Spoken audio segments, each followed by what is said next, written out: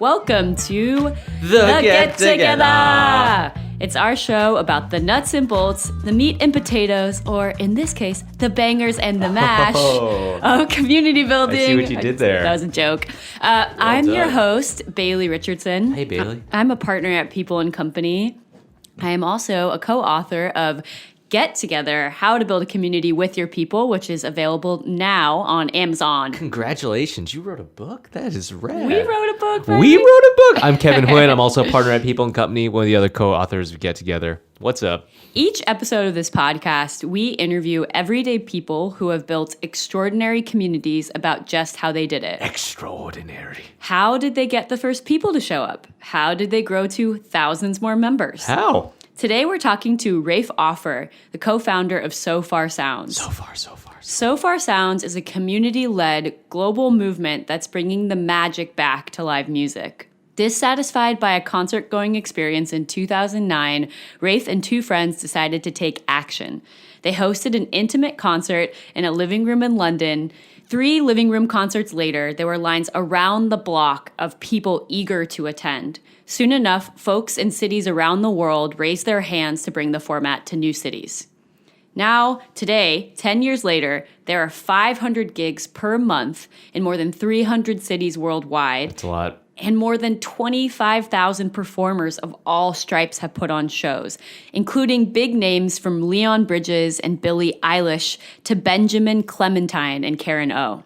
Kev, what stuck out with you about our conversation with Ref? Well, to me, it was the core elements that make a Sofar Sounds experience different. Like, we talk about how every community has its shared activity, and with Sofar Sounds, it's, attending, hosting, being at a sort of live music experience in perhaps an unconventional location. And Rafe mentions how concerts in spaces like living rooms isn't a new thing, but it's the feel of a Sofar Sounds one that kind of stands for something different. It's about creating a more supportive and respectful and intimate environment for music. It isn't the loud bar where people are talking over it, they're on their phone.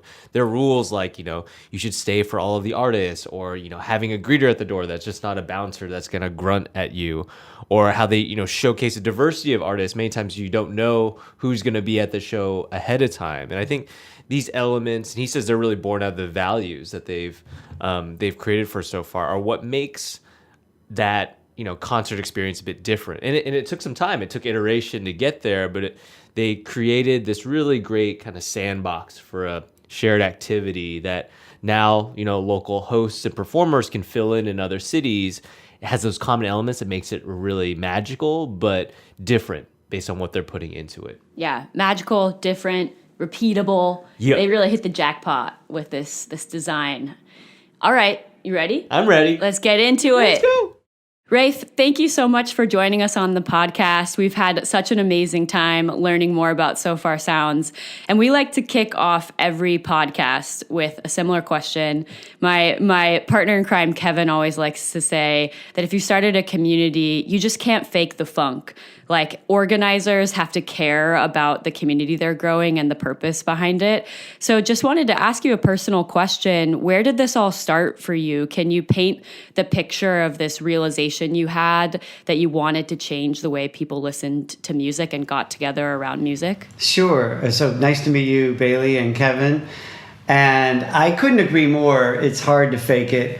And I guess my evidence is that I started as a hobby, and it just came from a fan's frustration with live music experience today.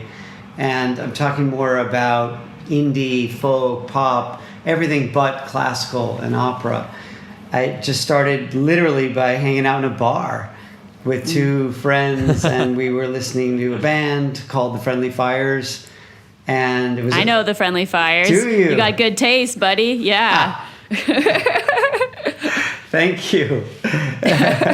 So it was a small place for them. They're playing a lot bigger venues now, but at the time they were playing, and it baffled the three of us that there was this sense of them playing and everybody talking, and not about the band.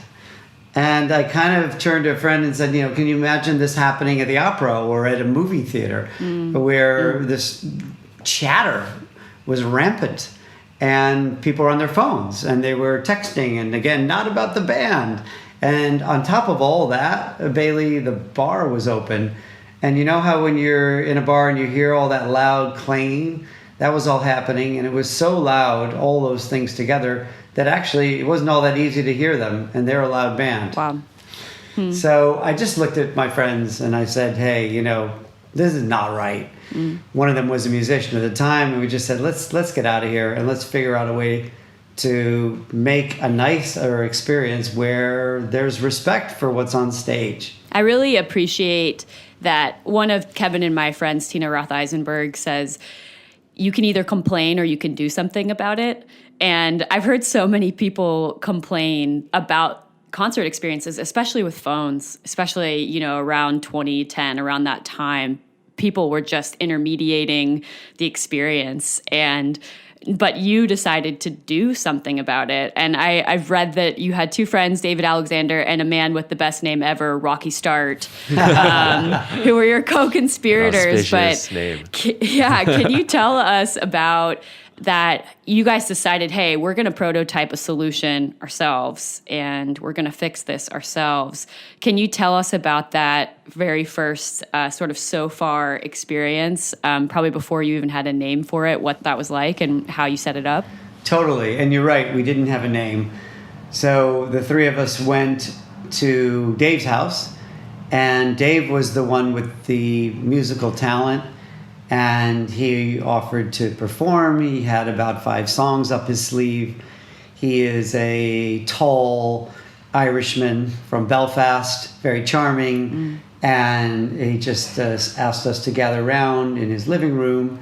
We had brought drinks, but we made sure to have them later. As you said, the phones in the way were down. And Rocky and I were the fans. And so we just sat there quiet, invited roughly 8 people. And with Dave and his housemates, there were about 10 of us. And what was really amazing and incredible is that when he started to play, that silence was magical. There really was no other way to describe it. And it's such an obvious thing. And by the way, it's such an old idea. People have been playing intimate concerts for hundreds of years across the US, across India, Europe, Mozart's time and beyond. So it was nothing new, but for us it was new. And we hadn't experienced it. And it was so quiet that night, you could literally hear a little clock ticking, tick-tock, in the background, and that was it. And so we leaned in, to use a more modern phrase, and we just enjoyed the music coming over us like a bath. We were very mindful, which was not something we were thinking about in 2010, but we were. It was almost relaxing. And we just said, this is really nice. Let's keep doing it. I read that by the time you hosted your third event, you had a line out the door of people wanting to attend. Is that, first off, true or fake news, as we like to say here stateside? And if it is true, how did people find out about this private thing that you had hosted? It was 100% true. And, we've been going about 10 years, and the first 8 years, including then, was word of mouth. So I called up about 40 people and then emailed them and said, come to this place in Regent's Park. And at that time, we had 3 or 4 acts lined up.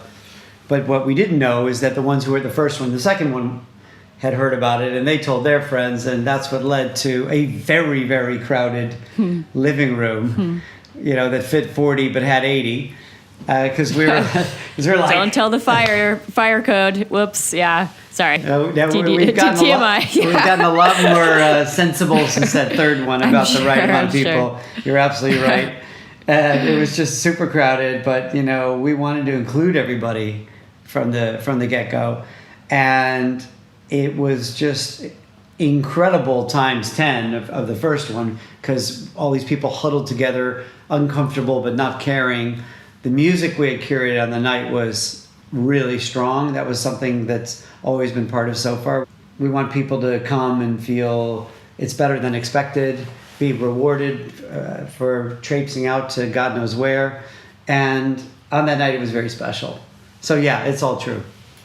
When we work with people who are organizing grassroots events and taking it from one place and then having other folks in other cities start to do it, that first person or the first couple of other people who are taking the model and starting to do it themselves, that's the stage where it becomes important to document what you're doing at home and really get clear on, okay, these are the key components of a Sofar Sounds concert or a meetup that we're hosting here, X, Y, and Z.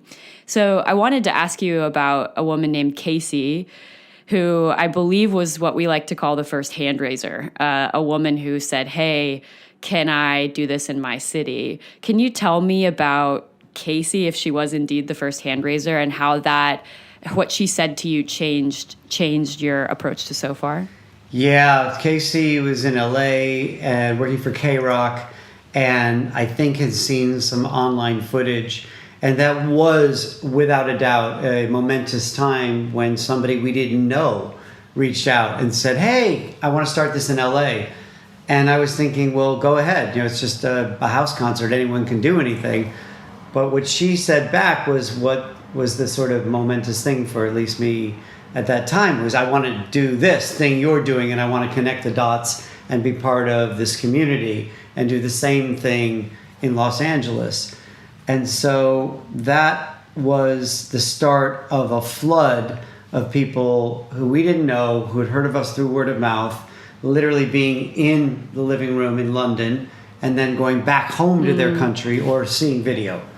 And you mentioned values. We had three things from the start, which still exist, which is support all of it, stay for all of it. And that comes back to the whole, let's say, mentality of support acts, where people don't support all the acts. They come for their headliner or whoever their chosen is, and they're, for lack of a better word, rude to everybody else. That's when they're talking the most. That's when they're going outside. And we just said, stay for all of it. And we said, respect all of it. That was the second, let's call it, guideline. And the third one, which stuck, was if you like what you hear, go hear it again. And not at Sofar, by the way. I don't care if they come back to hear us. Just go support art and who you've experienced. Yeah. So Casey was a big tipping point. I'd love to dig more into those guidelines. And maybe first, could you run us through, what a Sofar Sounds event feels like, looks like? What's the current version of the format that makes it oh, that's a Sofar experience? The vast majority of them are secret, so we don't reveal the lineup, and we don't reveal where it is. We might tell you an area, so if it's New York, you might know it's Williamsburg or the Lower East Side, but you won't know where. They are secret with the lineups because of what I said a minute ago about us wanting everyone to support everybody equally. So we have no such thing as a headliner, and we just feel that it's all equal. We do it based on the vibe of the music so that you're on a bit of a journey, starting upbeat, maybe going more mellow or quirky, and ending upbeat. And each of the three acts, it's normally three acts, plays about 20, 25 minutes. You sit on the floor. It's intimate. That may be the most important thing. We rarely go over 100 people. The sweet spot's around 70. So it's a secret pop-up event in a small space where nobody talks, everyone focuses on what's at hand. And I guess another defining feature is the genres are open. So you could hear hip hop followed by classical, followed by an indie band, or spoken word, followed by some sort of weird dance performance, followed by folk. You just don't know what you're going to get, and it opens people's minds. So that's, I guess, the general concept of it. Almost all of them are also BYOB. We like to save people money. And we think it's a way for people to meet. It's almost like a picnic in a living room or whatever space it is. With these sort of community organized projects and events, I feel like there's this balance of providing enough structure, like the right sort of sandbox that people can fill in and remix to make their own. And it feels like you've gone through this process of creating enough structure and constraints to help them make this like compelling experience, but at the same time left enough open that, there is the flavor of where it's hosted and who's going to be there and probably some other pieces. Was this sort of these guidelines, from those values to those sort of format elements, did it take a while for you to settle on, these are, this is the shape of what it means to host one of these? Or was that kind of from the beginning and it was kind of a matter of just continuing to replicate that? Yeah, that's a great question. So there was a lot of iteration. At the very beginning, it was more of a pass the guitar vibe. And we'd only curated a little bit, like that third one I mentioned. But sometimes somebody would take the guitar and the talent wouldn't be there, or they'd play quite a long time. We also got tired of white guys with guitars. And we said we got to break out of that. And we were super empowering. Bailey mentioned Casey earlier. It's like, you do what you want in LA. We want to have some say in that the quality bar is high from the get-go, but go for it and figure it out based on local talent. So as we started to go to other cities around the world, it was always super empowering. And I think community is built by some things that are fixed, that are set in stone, but that everything around it is super empowering to the recipient. And then the other thing about the community that was a big surprise was that people would actually meet, sitting together. And we can get into it at some point if you want, but the amount of people who have met people who they didn't know and become friends, start dating, or literally get married to people they met sitting next to is a lot higher than I would have ever anticipated. Sounds like I need to go to Sofar. Let's do this. I do want to ask you about one of the things that we really feel is true about growing a community is that it's not about managing people. It's about developing capacity, developing leaders. And I think one of the things that's so amazing about Sofar is how many different types of roles there are. You have like now some city coordinators, you have MCs at events, you have artists. And I'm wondering if you could just break down some of the key roles that are involved in a Sofar event so people can understand like who's helping you guys realize these events. Sure. So we have two types of cities around the world. One is where we have staff, where we're charging a ticket price, and that goes to paying for somebody's salary, like in New York. And it goes to always paying the artist something, and occasionally we'll film. And then the rest of the world is, like I started it, is still at this point volunteer-based. But the elements are the same. So there's somebody who's got to be a venue scout. Where's it going to be? Is it my house? Is it your house? Is it the top of a ski jump? Which we had. I've heard about that. Oh, that was nuts. I was there. Amazing. It was kind of scary, too. Yeah, I have this image in my head, and I wonder if it is what I imagined. Oh, yeah. This little needle-like thing up in the sky. Yeah, exactly. And you're on the top of the huddled, like, okay. Oh, my gosh. So there's venue scout. That is a role. That is a thing. And then there's a review team. We believe that music should be a democratic selection process. So nobody ever picks by themselves. There's always 3 to 5 people, and it's a vote. And I feel that if people who are music fans, and they all say yes, or most of them do, then that's a pretty good way of vetting it. And that's how we've done it from the beginning. So there are reviewers. There's a greeter at the door. You know how you go to a club or maybe a traditional gig and somebody grunts your name, or somebody just grunts, period, and they sign you off a list. I don't like that. It should feel like you're going to somebody's house. So there's somebody there. There's someone who's making sure the artists are okay and they know when they go on. And then, as you said, there's an MC who's like the glue for the whole evening. So each of these are quite specific roles. At the beginning, it was obviously just me and Dave and Rocky. But as it grew and as that community pitched in, they said, hey, how can we help? Yeah. And what kind of resources, tools, trainings do you guys offer to any of these roles? I'm sure it's quite developed now, but is there anything you can call out that you think is really worth mentioning to someone who's thinking about building a chapter-based model that you feel like has been really powerful for your constituents around the world? Yeah, I think we're pretty light touch because of the point about empowerment later. But I think a lot of it depends if somebody who's listening to this is starting or considering starting something.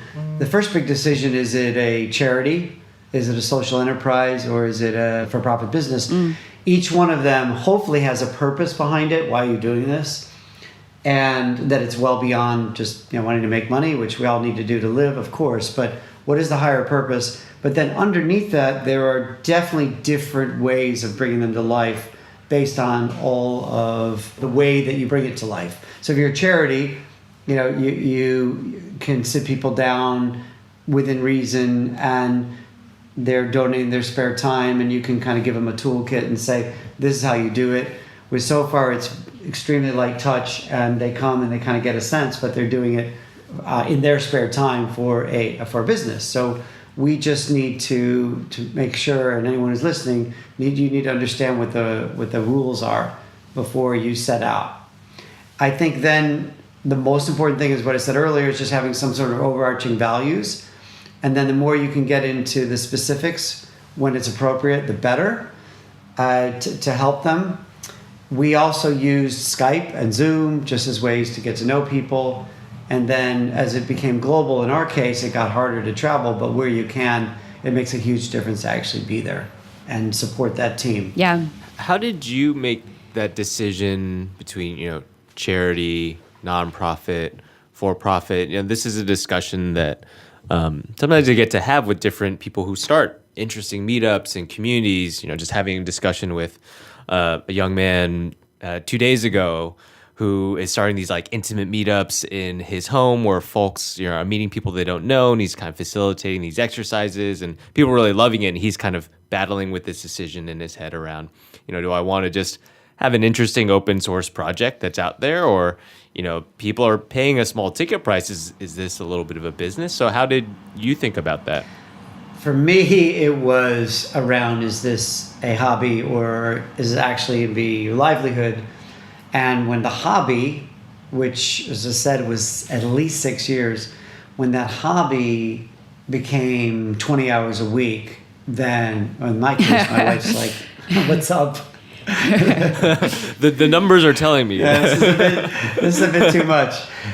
So then you have to decide, well, can you do it full time as a charity? Do you want to go down that path, or as a business?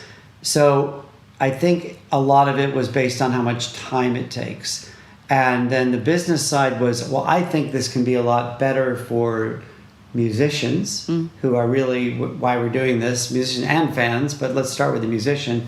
If we think about it as a business, because we can grow faster, we can be organized in a different way, we can raise some money, and we can do this thing in a way where we can control our own destiny. Charity, you're constantly asking for money, and nothing wrong with that, but it's hard. It's a hard road. As an aside, I'm on a foundation board, and so I'm very busy also with my spare time now getting to know charities, and I just see it's a difficult road.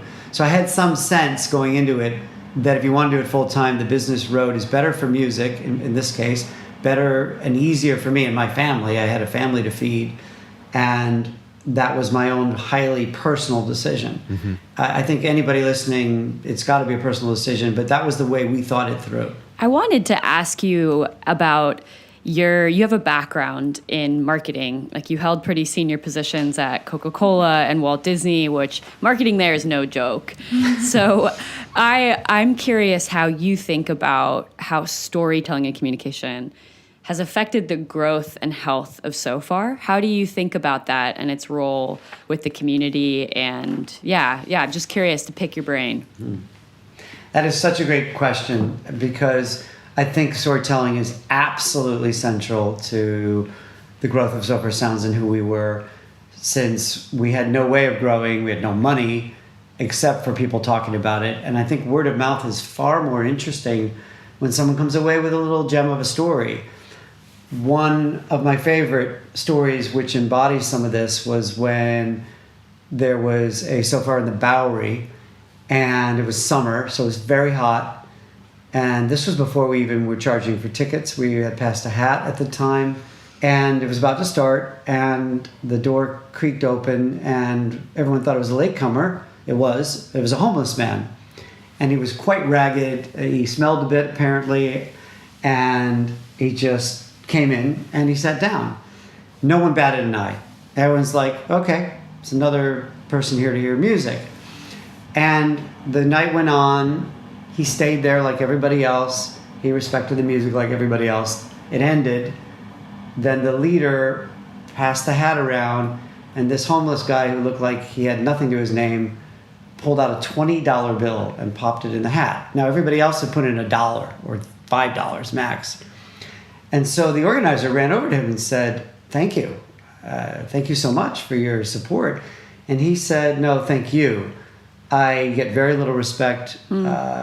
Generally, I actually used to play an instrument. I know how hard it is to perform and have people focus on you. And you treated me like everybody else. That's rare. Thank you. And with that, he walked out into the evening. And so people told that story. And for me, it just embodied who we are in a much more interesting way. It happened. Our values of everybody's equal. We're an inclusive community. Money shouldn't be a barrier. We didn't expect anything from him, but, he came and he gave something. So that was the way a story can help you grow.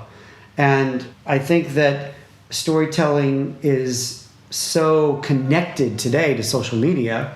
The best stories, they get shared. If you just list things, it's quite boring. We've heard the phrase, death by PowerPoint. Yeah, in companies you see these slides. So I think it's all about the story, as long as the story has a point that is connected to what you're talking about. There's a nice connection to those values you shared earlier about all artists being supported and all the folks being respected. And, maybe that starts with thinking about, oh yeah, we don't want anyone to only come from the headliner and not leave with other artists. But I think kind of instilling that as, one of the core tenets of how you design this experience leads to other things. And that's part of providing that right structure. So, the local organizers can continue to manifest this in ways you can't imagine, and continue to uphold some of those things that are really important. Yeah. If I take one thing away from this interview, it's how many times and with what conviction I've heard you say values. We interview a lot of people, and I can hear how the storytelling piece, if the event is designed in the right way, the stories reflect the values. And at the end of the day, that's really what makes Sofar different, right? It's approaching music with a different set of perspectives and sort of a different desire to support the artist and really hear the music. It's about a different approach. And if that doesn't scale, you lose the value of sort of the product that you're offering. So it's really interesting to just see how much you keep going back to that word values, and how, to me, the storytelling piece is like a vehicle for showing, not telling, the stuff that you hold sacred. It's also a really important way to know when you have to shut things down, when you have to act.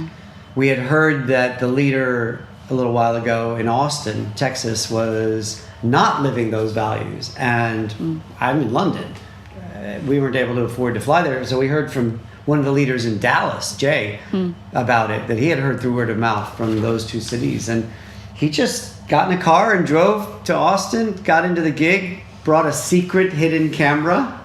Oh gosh, wow, accountability. Yes, community at work. Yeah. Filmed it, shared with me the footage, and there was the leader drunk, holding a bottle of something, slurring speech, blocking the view. There was talking. Wow. The bands were not good. They were this person's friends. Everything that we hold dear was gone. So we shut it down. We put Austin on hold. It's been reborn and it's awesome now.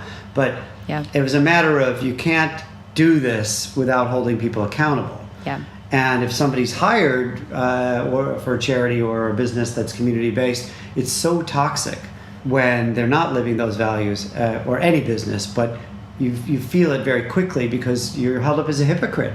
If you're talking one way, but then you're letting something happen in Austin or some other city that doesn't connect with that.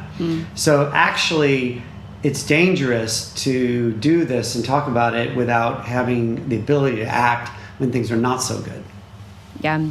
That's a great point. We say, just as much as a good leader can push a community forward, a bad one can affect the whole group in a negative way.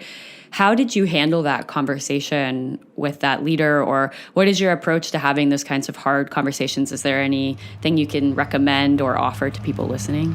It's really tough, is first of all. And I think when you're ever going to have a difficult conversation, one of the best things to do is to role play. So you grab a friend who you trust, a family member, and you let them pretend like they're the recipient, and you talk to them and you try it several times like you're rehearsing. The reason it's so powerful is you get some of the nerves out, because it is terrifying sometimes to tell people something in a hard-hitting way, and it's not easy for everybody. It may not be easy for anybody. And that gets that practice down, and you anticipate questions. And then back to our point about values, you have to align their behavior against the values. And so the first time, if it's a warning, you say, well, look, Sofar is about respecting, and we understand that people are talking through the music. That's not who we are. Or people are blocking the view because they're filming something. That's not who we are. You do that. You don't, quote unquote, fire them the first time. You probably then follow it up with in writing, 3 strikes. Once you get to a third time, then you got to say, look, I've told you about it last month, and then again last week, and now here's the third time, or however the conversation goes. But if you anchor it against the expected behavior, I find it's the kind of conversation that can go a bit easier when you do those things. Yeah, I love that. You mentioned a bit about team members and your team. I'm curious what does the community side of the organization look like right now? Are there city leads? Is it full-time and contract? Yeah, there's 3 types right now as we've expanded. There's the full-time. New York's a great example of that. There's the contract, which is freelance, which we call a curator position, which might be a smaller city where they don't have the time themselves, or they have 3 other jobs, they're doing different things, or it's too small a city to think that people are going to sustain it by paying a ticket price. And then there are places we have not incorporated, which, by the way, is over 50 countries, where they're just doing it like I did for the love of it. And that may be a place like Lebanon or Australia. So I guess anyone who's listening in a city where we're not, come on, get in touch. Absolutely. That's interesting, because it's really very locally focused, but then sort of staffing appropriately based on that location, what's happening there, or what will happen there. Yeah, and I think one of the beauties, which we didn't intend at the beginning, but one of the beauties is the globalness of it. So if you're putting on a show in Baltimore, you can talk to the artist and say, yes, you're playing here, but you're also playing to the world. So there may be a video that we share on all our platforms, and we have a lot of views now and subscribers, or if it's not filmed, it might be recorded in a different way or simply talked about. And then that band that's played in Baltimore can let the leader in Sacramento know when they're out there, hey, I played it so far, and they're already part of the community. So that globalness is super important, at least for who we are. So I read you guys are at something like 500 gigs per month, more than 300 cities, and you've had something like 25,000 performers put on shows. So you've grown a lot since 10 years ago with one show in, a friend's living room. What are some of the biggest challenges that you're facing right now running an organization at that scale? Like, what's on your mind? Sure. So number one is scaling the magic. It's a nice thing when you're together and there's a really good band and it's intimate. How do you make sure that happens 500 times a month or 1,000 times a month, which it'll probably be before summer next year? So how, as it grows, can you make sure that the quality's there? That is really hard, and that gives a lot of us sleepless nights. But I find if you obsess over that, and if you worry about it a lot, then actually it's pretty okay. I did a 10-city U.S. tour not long ago, and I was really happy to come back and say all 10 of them were as strong as it was when I started it. So that's an issue. I guess the second one is how you meet artists' needs. So an artist might not know how to apply. We have so many gigs going on, we might not respond promptly to their questions, or even an email comes in and it's not captured, it's confusing. How do we scale it in a way that if thousands of people want to come play instead of a few dozen, it's clear, the signposts on how you can get involved, and that it's consistent, not just in the actual event, but the application process around the world. That's really difficult. I think a third question is just hiring people.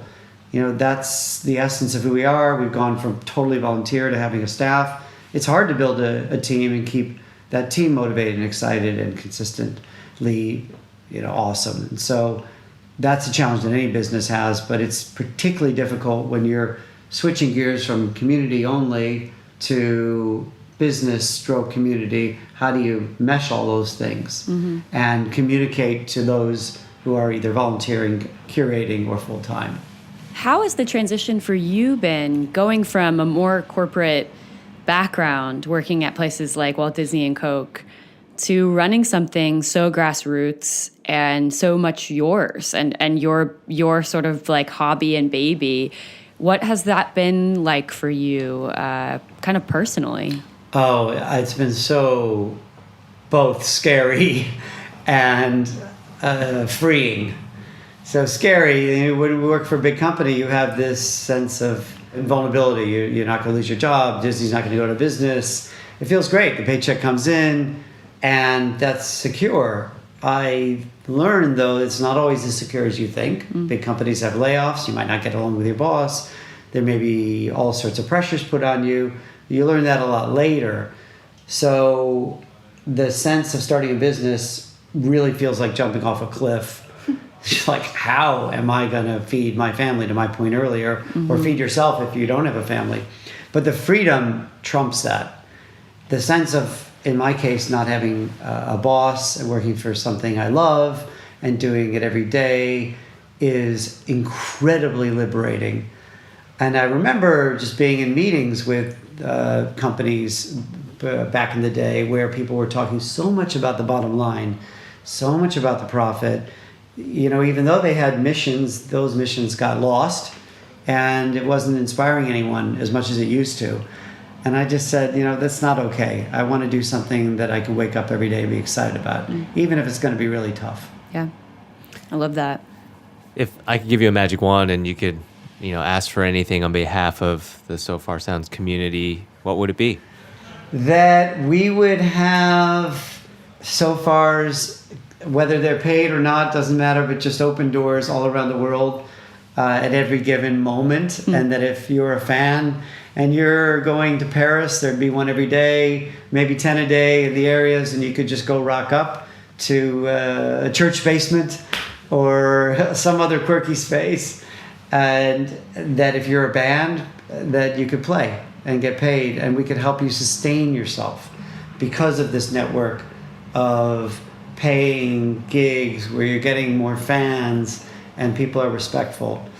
And I guess my wand would extend a little bit towards other gigs. I don't feel like we compete. I feel like there's a time and place for different types of gigs, and I'd like it just to work together so that there's a nice ecosystem of, let's say, allowing little kids to grow up thinking that they can be a musician and actually do it full time and be in the arts and not have to worry about how they're going to sustain themselves and listen to mommy and daddy saying, you need to be a doctor. Rafe, this was such a pleasure speaking to you and hearing about the organization you've built. We're big fans, and it's only made us more of big fans hearing you speak about it. So thank you so much for your time. Yeah, thank you. Thank you for having me. I really appreciate it. I hope to see you in a living room or on top of a ski jump sometime soon. I was about to say, I'm going for that ski jump. Yeah. It's been my pleasure. Thank you. If you want to get involved with Sofar Sounds, maybe attending or helping to bring an event to your city, go to their website, sofarsounds.com, or check out their rad videos from concerts and events around the world on their YouTube channel. Billie, what is the most unconventional place you've attended a concert or music experience? Oh, dang it. I thought you would just maybe ask me what my favorite concert was. Oh, no. I mean, you could share that. Golly, you could share that as well. Golly. Well, either the Rec Center in Mississauga, Toronto. Oh, nice. Or I was there. the lobby of the Public Theater, which are both choir events. And then also, in Brooklyn, there's a little street near my apartment where every year they set up chairs out on the street. They block off the street, like put a bunch of folding chairs up.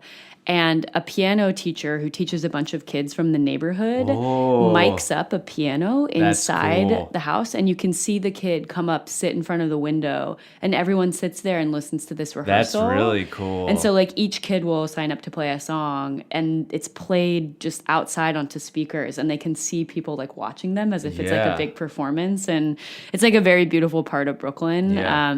But I saw like a piece of paper flyer sign for this like stoop piano recital, and I was like, I'm totally going to that. So probably that. That's rad. Yeah. What about you?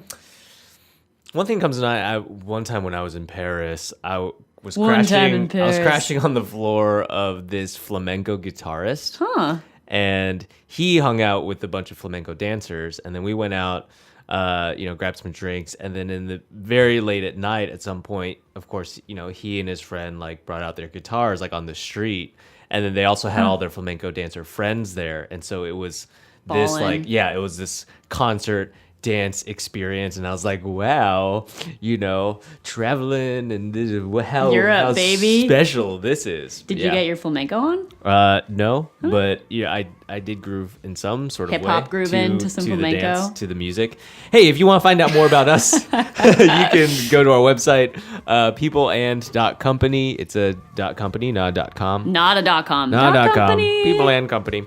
Also, our book is on Amazon bestseller. Get Together, How to Build a Community with Your People. It's full of stories and learnings from conversations with community leaders, not laters, but community leaders like this one with Rafe. So please check it out. And if you'd just like to say hi, you can do so. Send us an email, hi@peopleand.company.